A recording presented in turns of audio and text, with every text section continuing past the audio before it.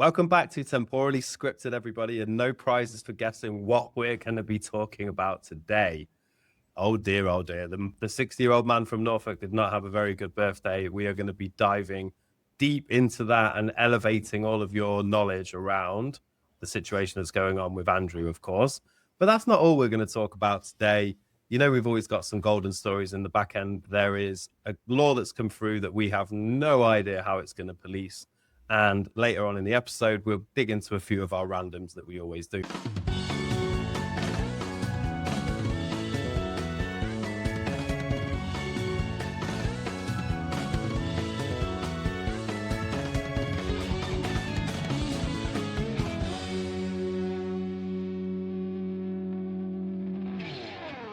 The moment you've all been waiting for. I'm sure you've missed him since last week. He's here again. He's back from Tet. He has survived, so that's good. He's been out in the middle of nowhere in Vietnam around campfires, I would guess, for the last week. The man, the myth, the legend, Adam Garcia. Hello, it's lovely to be back, as always. And you're alive, which is great. I am alive, yeah, and that holiday is great. It's kind of messy, and it's a little bit like going to a festival in many ways, but yeah, I would highly recommend it if anyone visits Vietnam. There we go. And what did you eat over the Tet period? What was the strangest thing you got to eat? There was nothing particularly strange. Well, maybe I'm just getting used to it a bit more. More to the point. Yeah. But there was a lot of like really, really delicious stuff that was just like, I don't know what that is, but I really like it. I don't know if it was good, that I didn't know what it is, but I liked it anyway. Yeah, there's always a place for a bit of a mystery meat sausage when it comes to Tet holiday or Vietnam in general. Exactly. How was the holiday for you? It was very good. I spent 12 hours sat around a fire cooking traditional Vietnamese cake, bang chung. So yeah, my wife I think spent about 4 hours making them and packaging them, and then we had to cook them on an open fire inside a pot of boiling water for 12 hours. So it was great. I wish that was my job. I'd quite happily sack off everything I was doing right now to make that cake every day. If it was slightly better paid, you know, I can't imagine it's the best paid work in the world. Yeah, sometimes it's that kind of more simple life kind of appeals to me in many ways, you know, where it's just like, well, I'm just going to make this every day and do this one thing and do it really well. But it's just some kind of thing where you're kind of doing like a manual task, but it gives you the chance to sort of think and just be at peace at the same time. It's not like being behind a screen working on stuff or having conversations with people and things like that. It's like, I think it'd be pretty cool. Yeah, like I spent like most of the morning, once I got over my hangover from the night before, of course, I spent most of the morning finding seasoned wood. And then I was like chopping it up with an axe, like a big axe that I've got, which I bought ages ago, because obviously I'm a man, so I like to buy tools, even though I have no use for any of them. Yeah. I live nowhere near a forest, and I never need to chop wood, but I need an axe. I've got a massive axe, just, you know, a proper log splitting axe. So yeah, there I was in one of the abandoned houses across the road, swinging my axe and chopping up logs in flip-flops, health and safety first, as you do. Wicked. I got to use my saw, which was great. You know, make fire and stuff, which is always, you know, as a man, I think it's getting compliments on the quality of your fire is like peak manhood. It doesn't really get much better than that. That is true, actually, especially when you know it's been like a really good fire and you've had like all the wood just kind of like stacked perfectly in the right amount of kindling, and there's a lot of effort gone into like and getting it going properly. And yeah, we even did a mid-fire switch for charcoal, and then because we didn't have a grill, so our old barbecue, we've not replaced it yet. It's not summer yet here, ladies and gentlemen. We do promise we'll get into some news in a minute, but we know you really want to fucking hear about our Tet holiday, so we're going to talk about that first.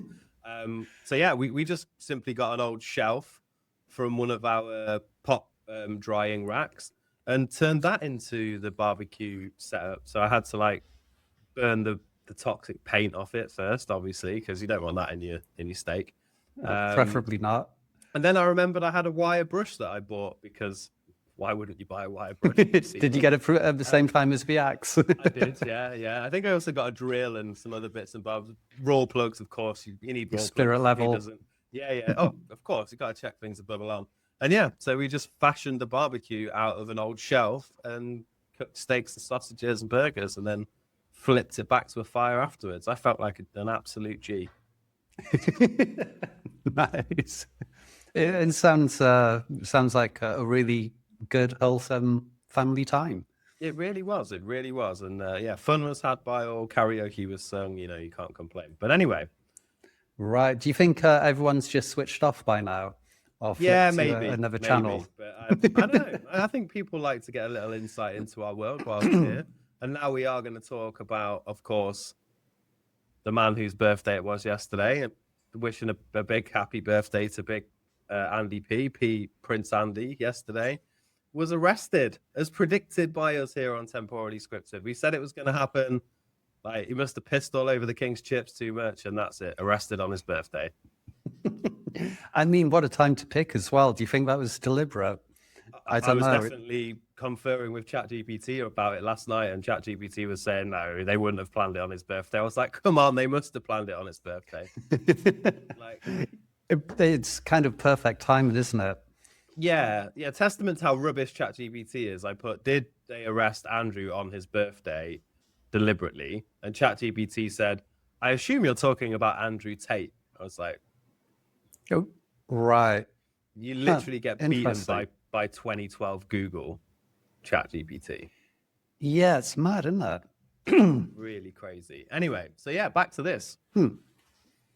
Shock horror. Who was the last royal to get arrested? I mean, I don't know, but I don't know if it's ever happened, like in history. because I would imagine it. The last time it happened is probably like where kings were getting shot in the eye by an arrow on a battlefield, and that kind of. Yes, yeah. I think rather than royals being arrested in the past, it was more like one of them had just got like unalived, or whatever the right term is for YouTube these days. But yeah, I don't know. Well, there's definitely none in living memory. But yeah, and I mean, I guess we'll see what happens. He's been released again. He was released a few hours ago at the time of filming, February the 20th. And yeah, we'll have to see what happens next, because I believe he hasn't been charged with anything. He's been released. There's a couple of odd things. There's like apparently a van, which is kind of used for like moving fine art. And apparently that was one of the vans that was like removing things, or potentially removing things from his property, like the van that left, but we don't know if it had things or not. Seems interesting. Potential gifts from Mr. Epstein for information, I would guess. Perhaps, yeah. Well, I mean, that's the allegation, isn't it? But while he was like trade envoy, the emails from the sort of data dump that we had not long ago, it kind of revealed that, yeah, he'd got some information and instantly emailed it to Epstein. And I think it was saying something along the lines of investment opportunity or something like that, because it was going to be, which of course it is, because there was going to be some reconstruction work going on in Afghanistan. Titled like an email from a Nigerian prince. Yeah, except it's actually true. From a real prince. Maybe he hoped that no one would pick it up and think that it was some kind of spam and he would get away with it forever and a day, you know? Yeah, maybe. And I mean, the thing is as well, we'll have to see how deep the investigation goes. But it's like, is this just like, did he do this one time? Or is this just like the tip of the iceberg? Was he constantly giving information to Epstein? And also, what other information was he privy to? What other information did he share? We don't know. Yeah, yeah. I wonder what the interview was like, and I question whether or not he was put in the actual cells. I wonder if he actually got put in the holding cells and stuff, Oh, and he if there's some actually, kind of yeah, he actually got put in the cell with just like a toilet and a bed in it. Like, oh, that's beautiful. yeah, I mean, I know he was looking for a place to live not long ago because he got kicked out. Maybe this could be the answer. He's like, never look a gift horse in the mouth. There's a sitcom there for sure. I mean, do you think that if he gets jailed long term for something, he'll just be in the normal population with everybody else? Is it going to be an open prison? I mean, wow, this is a wild situation for the royal family in general. Yeah. I mean, one kind of odd thing as well with royal family is like, I guess they kind of knew bits and pieces about what he was doing as well. And I guess, did they keep quiet about it in the past, or what did they know?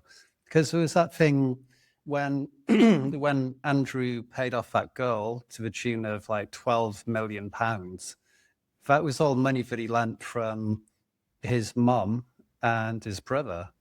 Mm, yeah, And yeah. they must have, I don't know, maybe they just thought, well, no, Andy's a good lad, he's innocent. He's a bit of a card sometimes, but he wouldn't do anything bad.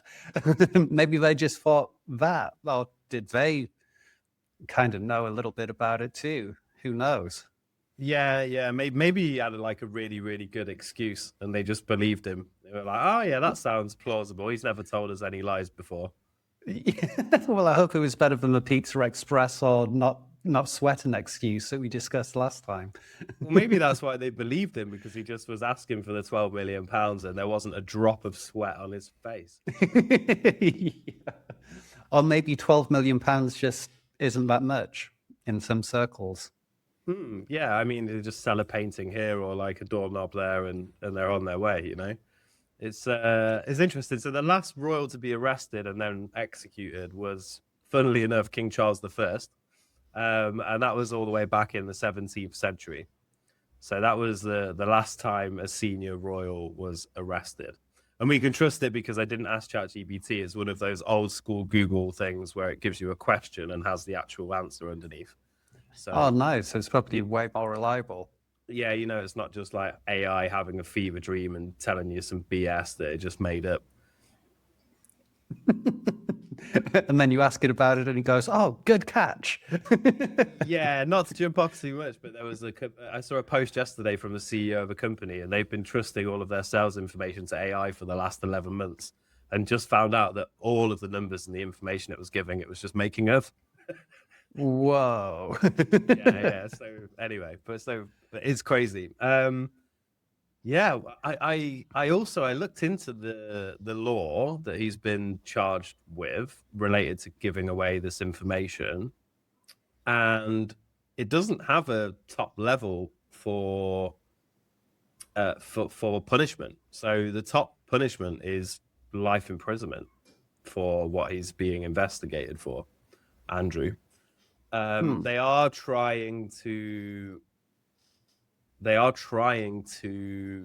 put a law through Parliament at the moment that makes it a bit more solid, I guess, a bit more in the realms of legality. But apparently this law is invented by judges and not by legislation. So there is no maximum penalty, basically.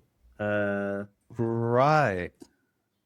So Again, we'll just have to see what happens. And I guess it's going to be a really lengthy procedure as well. And we're back to that thing again where rich people sometimes get punished for the crimes, but often not. And if they do get punished, it's a lot more lenient than if it was your average Joe Blogs or whatever.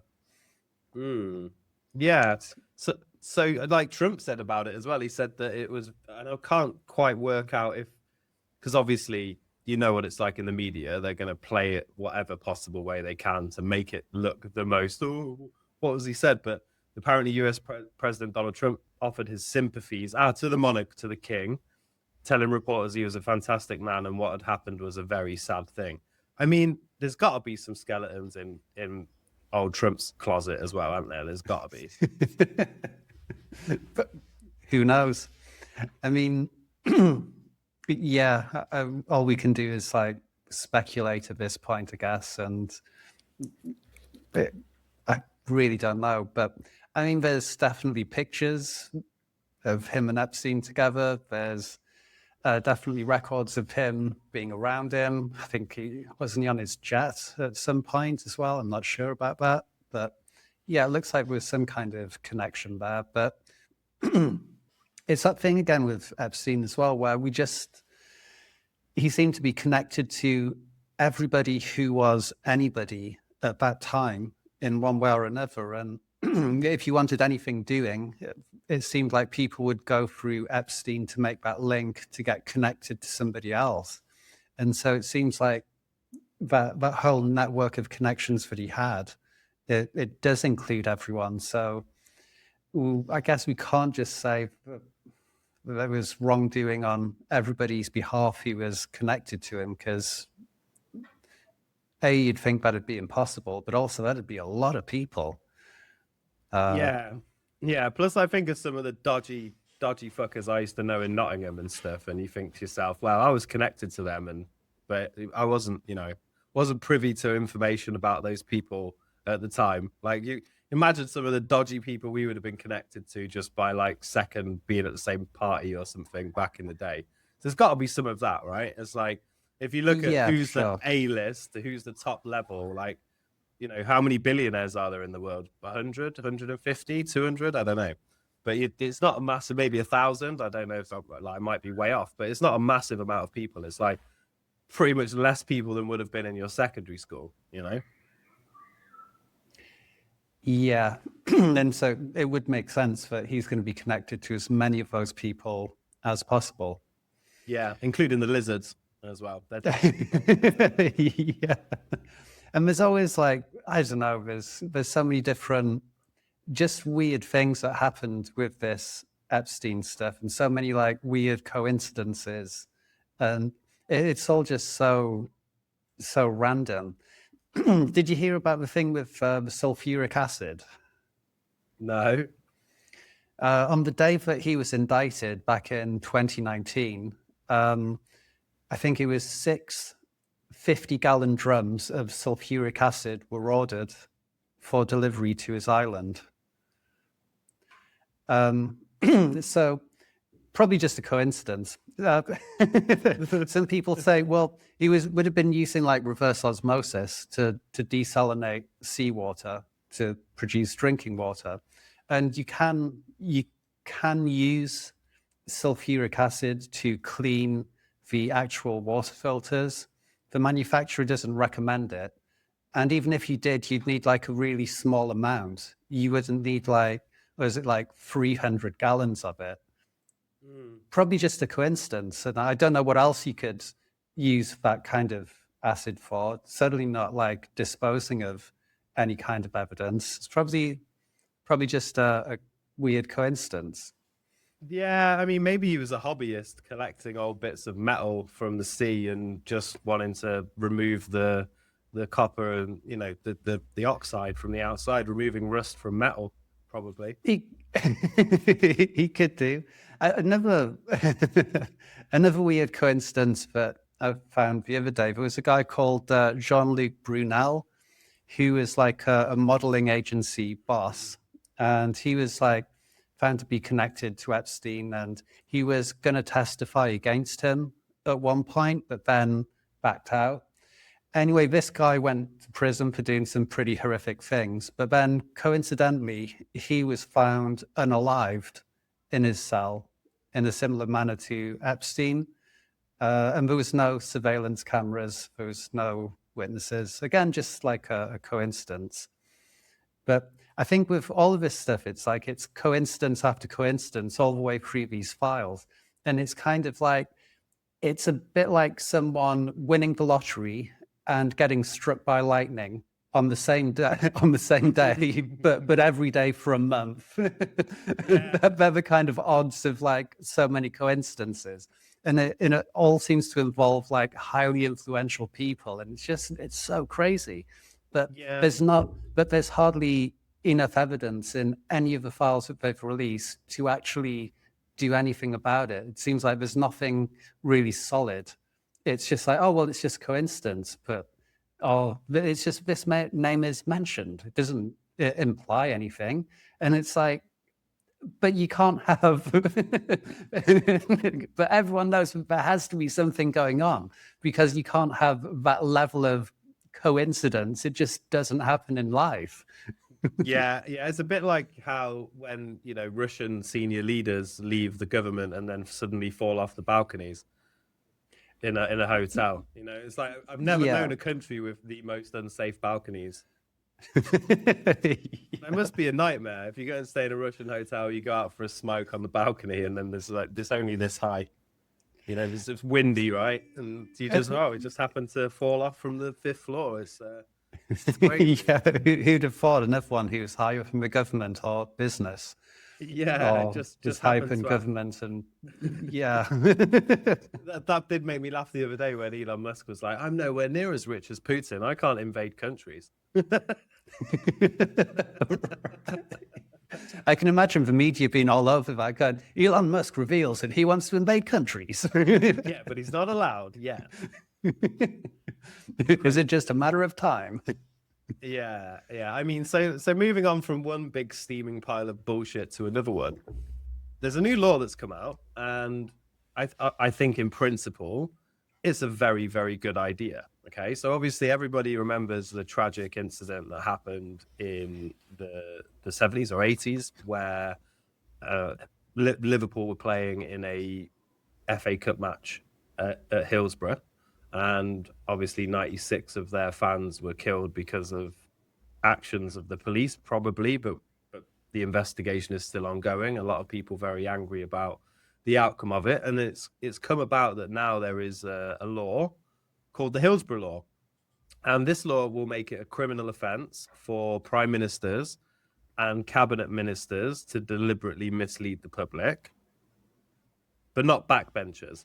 And apparently it will be, it applies to heads of government departments as well, civil servants, public officials such as police and NHS staff, if they intentionally mislead the public in a way that is seriously improper. So MPs and peers are currently exempt.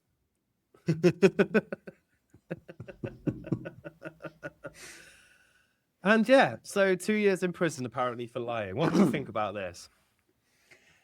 Well, I thought it was part of the job description of being like high up in the UK government to tell lies on a very regular basis.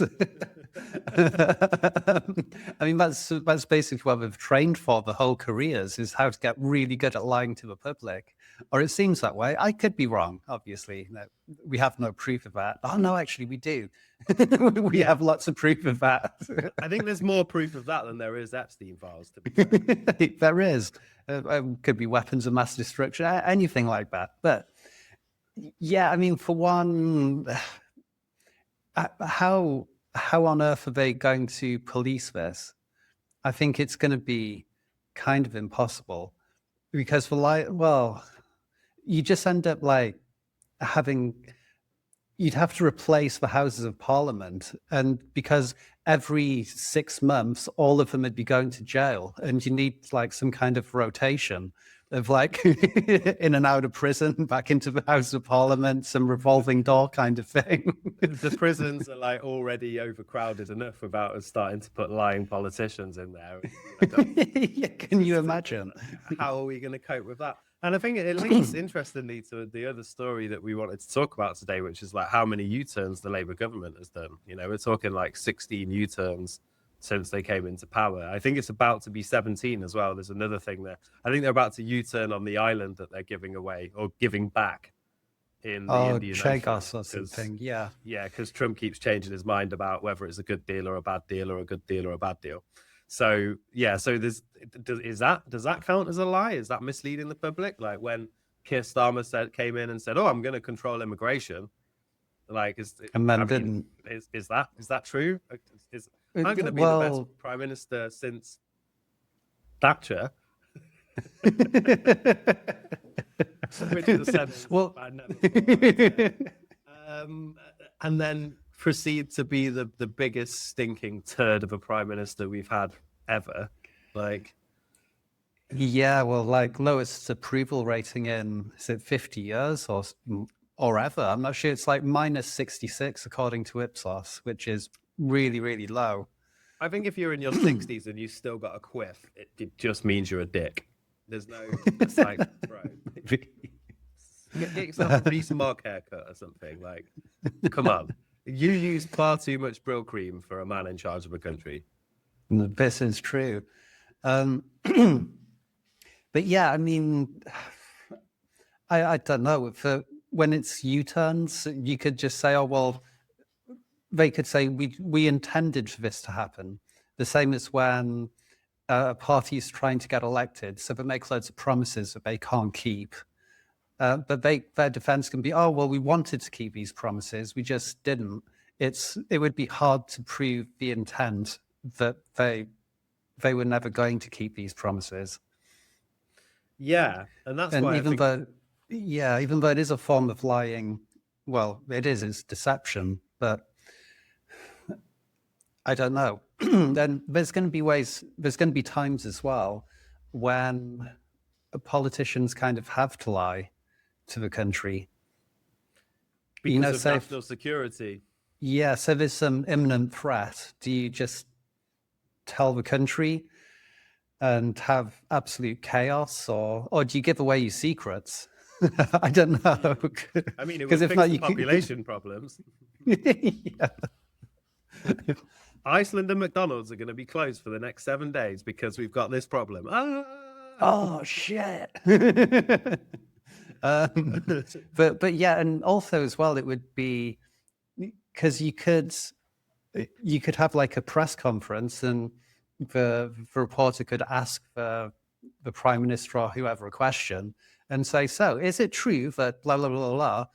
And they just have to say no comment, because if they say yes, they could be giving away like official secrets.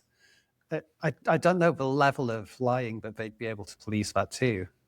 It'd be like the Vicar of Dibley, where the guy you'd have to go, no, comment. Exactly like that. No, yes. My favorite line out of it is that they're going to vote about this amendment to the law so that it includes all of the backbenchers as well. And one Labour source described it as turkeys voting for Christmas. Which it basically is. But wow. I mean, don't they have like votes like that or similar in the House of Commons, where every so often they get together and have a vote on should we have a pay rise or not? Surprisingly, everyone votes in favour of the pay rise. Yeah, I mean, I always think it's quite offensive that they get like fucking 3 months off in the summer or something, don't they? Like, how long do they go on summer recess for? I'm not sure. I'm sure it's like a month or 6 weeks. Yeah, Parliament summer recess. How long? 6 to 7 weeks. So, like, that just, to me, it's like, what's the point in them? Like, if the country can run perfectly fine for 7 weeks without any of them, then maybe we should just extend it to, like, 12 months.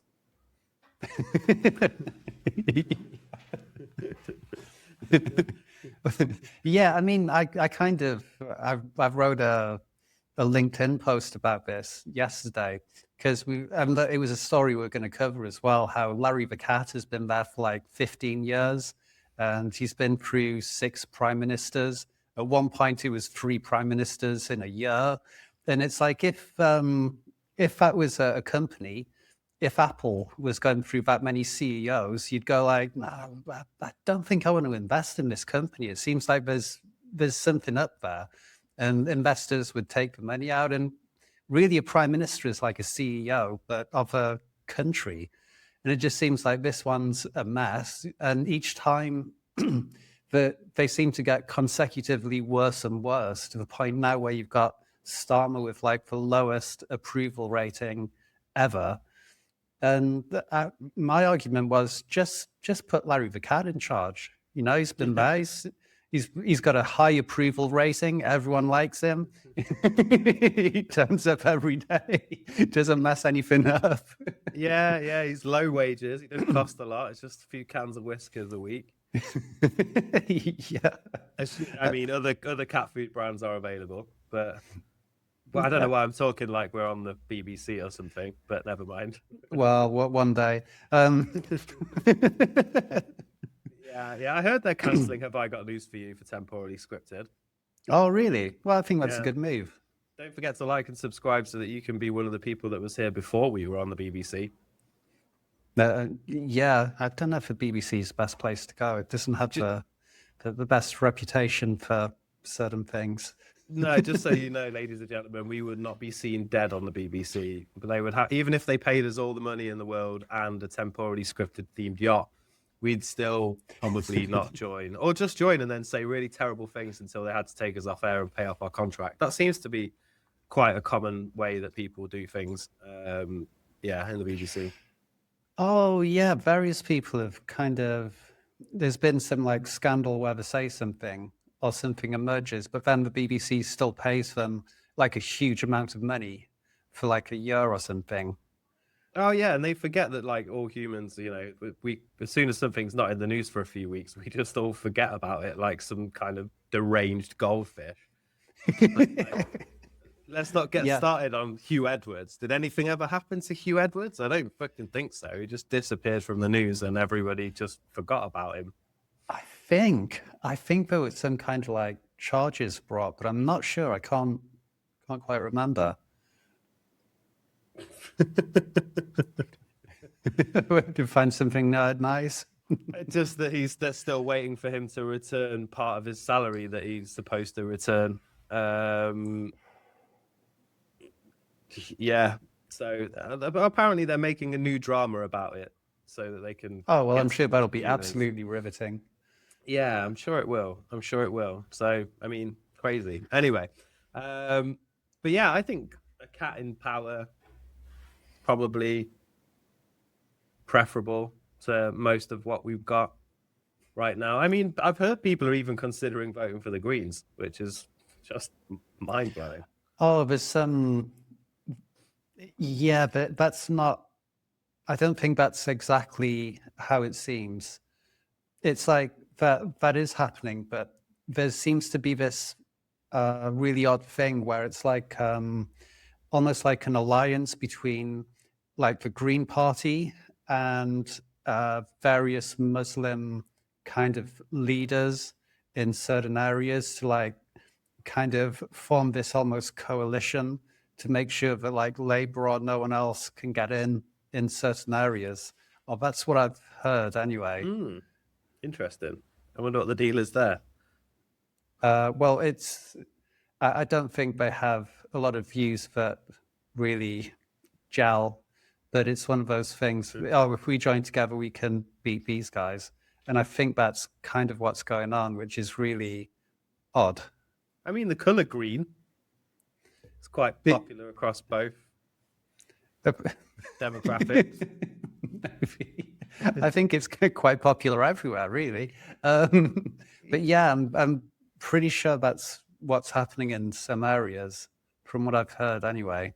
And then obviously the reform is the other side where people are sort of going towards. And Nigel Farage is on the phone to Tommy Robinson going, please stop recommending people that are joining. Please don't endorse anyone. Just chill up. Just do what you're doing, Tommy. Leave us to it, please. Once we get elected, we'll get you in Parliament. Don't worry. Just bide your time, son. Yeah, imagine he ends up like Chancellor or something like that. I don't know. But I think that because from like the latest polls and things, if there was like an election tomorrow, it seems like it would be Reform that would win. Yeah. Which would be crazy. I mean, And we don't know when the next election will be, because what could happen with all this Starmer stuff that we've got going on? He's probably not got long left. It could be like a week. It could be to the end of the year or something like that. But I don't think there's anyone like really good to replace him, and that's kind of saying something. And so you could end up in this thing where a snap election gets called or something like that, and you end up with Reform and Nigel as prime minister Nige, faster than old Nigel with a pint of beer and a cigarette. And find a bitter outside the.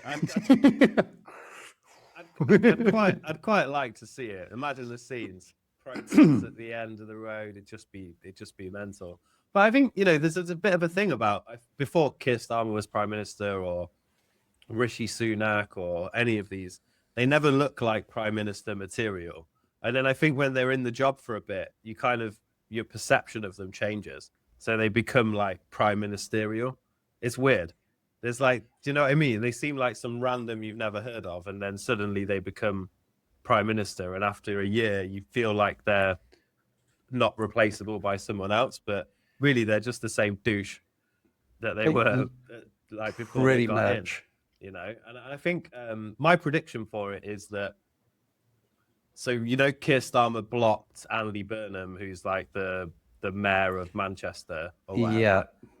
He seems like a right dick anyway, but he's basically blocked from doing the by-election because he's probably popular enough to come in and topple Starmer. Yeah. So my prediction is that now Labour will lose that by-election because the person they put in isn't as popular as Andy Burnham. They're going to lose it to like Reform because people are going to protest vote to Greens, and then Reform will get in, and then that'll be it. That'll be the nail in Keir Starmer's coffin, would be my prediction. You heard it here first, ladies and gentlemen. That's what's going to happen, right? Place your bets now. But I would say, yeah, betting for Keir Starmer to go after that by-election is probably, it's not financial advice, but it's probably what's going to happen. Yeah, and it really, really could happen. Anyway, so yeah. I've had enough of talking about cesspits.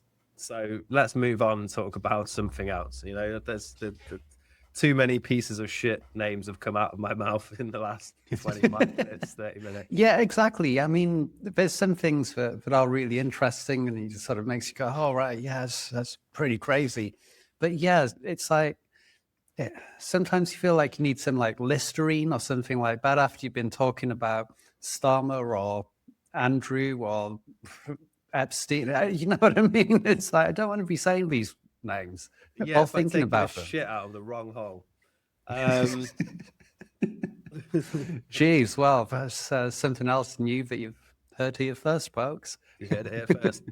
I think we should talk a little bit about Meta, right? That's what we had up next, I think. Meta. Yeah. So take it away. Yeah, so basically Meta has a patent describing an AI that could simulate a user's activity, potentially even after death, which raises quite a few big questions about, consent, grief, and I guess we're back to that thing of like the attention economy as well. Is that Mother Zucker still going to demonetize me for comments I make posthumously from my AI? I think almost definitely, because the AI will replicate you perfectly, and every 6 months you'll be kicked off Facebook. And then the AI will go through the appeal process and be graded by other AIs that decide that the AI has no grounds for trying to get his account back for making a harmless joke on someone's profile. And here we are again, ladies and gentlemen. Back to square one. This profile has issues. But yeah, you can imagine like a situation where there's, I don't know, 30 years in the future, and we've say the population's about 6 billion, but then Facebook will have like 7 billion users. It's like it's just carrying on ghost accounts. Well, it already has got a load of like Nigerian princes and stuff on there that don't really exist. Yeah. Well, that was the mad thing with like Twitter a little while ago when it sort of started revealing where people had signed up for Twitter or X, whatever you want to call it. But yeah, all these, there was a lot of like really famous accounts and things like that. And it's like different people that have like influence. And then it turned out, so, oh, where did they sign up? Oh, Pakistan or some other like faraway country. And it was all just like sort of bots or imposters or various things, which was, I thought, kind of interesting. Yeah, I had a client start working with me once who really wanted to capitalize on the fact that Tony Robbins had been commenting on their posts on Right. Facebook. And I was like, do I tell them? Do I break it to them? As this guy had a really hard life and he just got into the coaching world and it started to get a bit of engagement and stuff. And then he was like, how do I monetize this? I really want to know how to monetize this. Look, Tony Robbins is sharing my content and commenting on my posts. And I'm like, I don't think it's I'm Tony not Robbins. sure it's. I don't think it's Tony Robbins. I'm not sure. But yeah, it's wild. So presumably the idea behind this, if they've patented it, patented it, whatever we call it, Potatoed it. presumably now they've potatoed it. Are they going to like charge families to be able to interact with their dead relatives? Is that the plan? It's like, we'll keep their account open. Can you imagine the outreach? Hi, name. Sorry to hear that your dad's died. Would you like us to keep his account alive and run it with our AI so you can have the occasional conversation? He'll post funny memes still. Like, yeah, it's crazy, isn't it? And it's just that thing of, it's like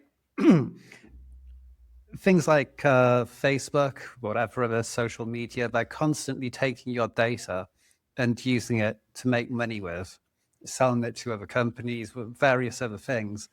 And all your content that you put on there, you don't really own it. It's like it becomes part of what they own. And then after you die, they still kind of own your whole online persona and all the kind of content and knowledge that you put into it, so much so that they can just keep it going. And they would be able to do it really well. I'm sure, I remember reading something ages ago where the algorithm at Facebook knows the average user better than their spouse knows them. The average like heavy user, not just the sort of casual scroller. And so, yeah, they'd be able to replicate it really well. And it's just, there's something so dodgy about it. And I just had this like sort of image in my head of like, say, Mark Zuckerberg's uncle dies or something like that. And he's like there at like the aunt's house. It's like, so uncle doesn't need that motorbike anymore, does he? You know, and it reminds me, it's a little bit like that. Oh God, what a world! What a world! It's wild, isn't it? I mean, I remember once getting so annoyed on Facebook that this ad kept popping up that I just, in protest, just kept clicking through the ad and clicking through the same ad over and over again. I was like, costing you every click. And then how much time of your life that you never get back did that cost you? I even considered making a bot that would just do it repeatedly. But or could you have one of those like you know, them like birds that sort of in a Simpsons style? Yeah, where Homer ends up causing a meltdown. Yeah, you could. But I realized it's the same as like stealing serviettes and sauces from McDonald's. Not that I've ever done that, because that would be wrong. Stealing's wrong, ladies and gentlemen, no matter who it's from. But certain people that I might have known have done that, and then one day realized that they're only a franchisee. So actually, by stealing sauce and serviettes from McDonald's, you're making McDonald's more money because the franchisee has to buy more of them from McDonald's. And it's the same with ads, right? And Meta and all of this stuff. If you try and screw Meta by clicking their annoying ads over and over again, you just make Meta more money. Yeah, because they go, oh, well, your ad's been clicked X amount of times. Yeah, that's it. I'm closing down everything and moving to Truth Social. Yeah, I think that's a great idea. That's it. I'm done. I'm over. Okay, so of course, before we jump into our weekly top fives, which we've got a doozy on that this week, I think we accidentally covered one of the things earlier on when we were talking about this law with MPs lying, but that's another story. But we do like to bring something juvenile along before we finish, and there's some smart underwear out now. It's great, isn't it, these days? Smart fridge, just chuck an AI label on it. Smart windows, smart this, smart. Before you know it, you're going to have like smart chairs. You probably already got smart chairs, I would say. But yeah, smart underwear. So researchers in Maryland University in the United States have created a wearable smart underwear that measures flatulence, which for those of you that don't have an IQ of above 105, flatulence means to fart. So yeah, we've got fart tracking underwear, ladies and gentlemen. I'm sure I'll be seeing ads for those on Meta later on today. Now you've mentioned it, near your computer, you probably will.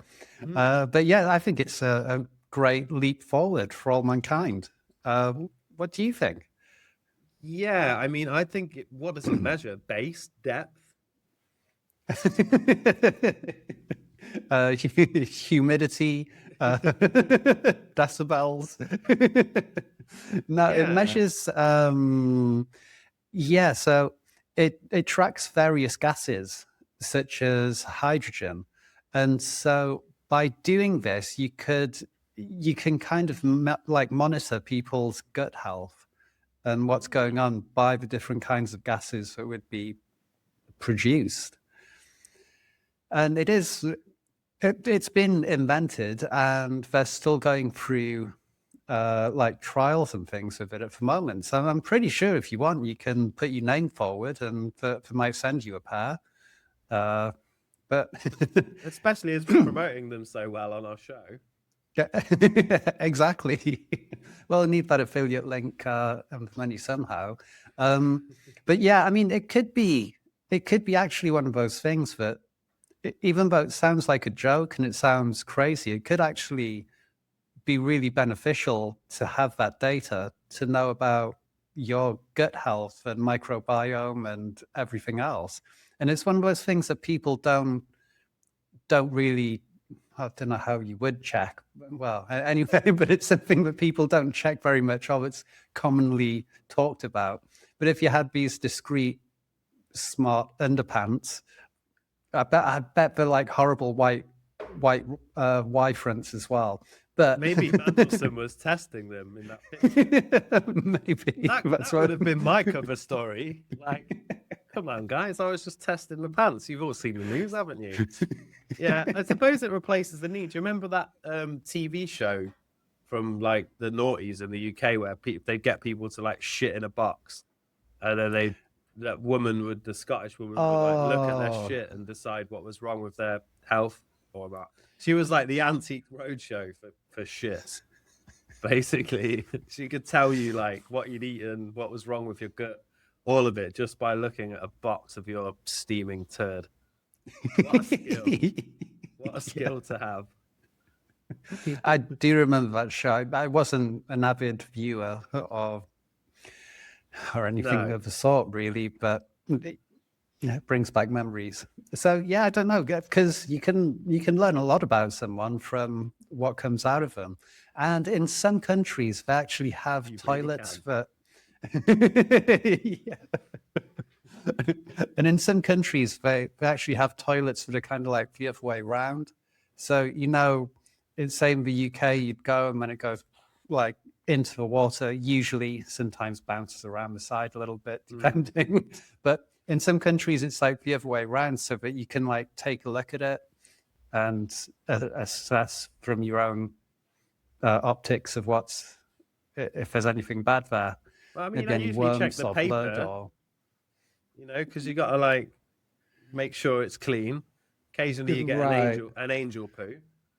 People call it a no wipe, but it's got to be a one wipe, because how would you know it was a no wipe? You can't just like guess, can you? I think that's one of those paradoxes that one of the most important to discuss. The viewers won't see this, but right at that moment in time, Adam, your face froze on sort of a confused, like, what the fuck? Look at it. And I was thinking, wow, he's held that really well. Are we doing statues? Like, anyway. Wow, awesome. I'm glad we got to cover that story. I feel like my day is complete now, but it wouldn't be complete, and neither would an episode of Temporally Scripted be complete if we didn't bring you our favorite segment. So we're here again for our top fives. Adam, what have you got for us this week, my friend? Okay, so this week it is top 5 weird UK laws that are actually true. Nice. So we've probably all heard of like some of these in the past. I remember being told a while ago that it was legal for a Scotsman or an Englishman to shoot each other with a bow and arrow on a certain day of the year. And I think it was like it had to be across the border between England and Scotland, over a river or something. Yeah, I've heard this, like the Yorkshireman to some random. Yeah, that turns out that's not a thing. Which okay. Yeah, because I tried to like look for some of the craziest ones, but I couldn't really find anything that was like completely unhinged in the way that is. It's a cover-up. It's an inside job. I think it must be. But here's some that actually are true. So one of them is the king's fish. So whales and sturgeon, and I think also like dolphins and porpoises, are actually royal property. Because these animals fall under royal prerogative rights. And so if one turns up in the relevant circumstances, whatever that means, the crown has a claim to it. And so that means that if a whale washes up, it's technically Charles's, I think, or he has like a claim to it. So he owns Wales and Wales. Pretty cool. Yeah, maybe that's why he's a Prince of Wales. I don't know. Again, these strange coincidences are everywhere, folks. That's crazy. All right, bring us on to number 2. Okay, number 2, there was the Salmon Act from the 1986. This one's famous just because it sounds a bit like a Monty Python sketch, because it's a genuine offense, which is handling fish in suspicious circumstances. Yeah, it just sounds like it. But yeah, it's to discourage like black marketing and fish poaching. But I don't know. I just think it sounds really funny. I've definitely handled a salmon or two in my time in suspicious circumstances. Right. Well, what does that involve? Well, I won't go into it now, but you can use your imaginations, ladies and gentlemen. Oh, jeez. Okay, so in at number 3, which is a law that's still there from the Licensing Act in 1872, but it's actually illegal to be drunk in a pub. I've definitely broken that one. Yeah, and it's under the Licensing Act 1872, being found drunk in a highway or other public place, including licensed premises, is punishable by a penalty. What kind of penalty? Like what? You have to stand up and stick your bum out and someone runs up from 12 yards, kicks a ball at your ass? Maybe that's how they did things in the 1870s. They didn't have VAR at least, so... But yeah, that's kind of crazy.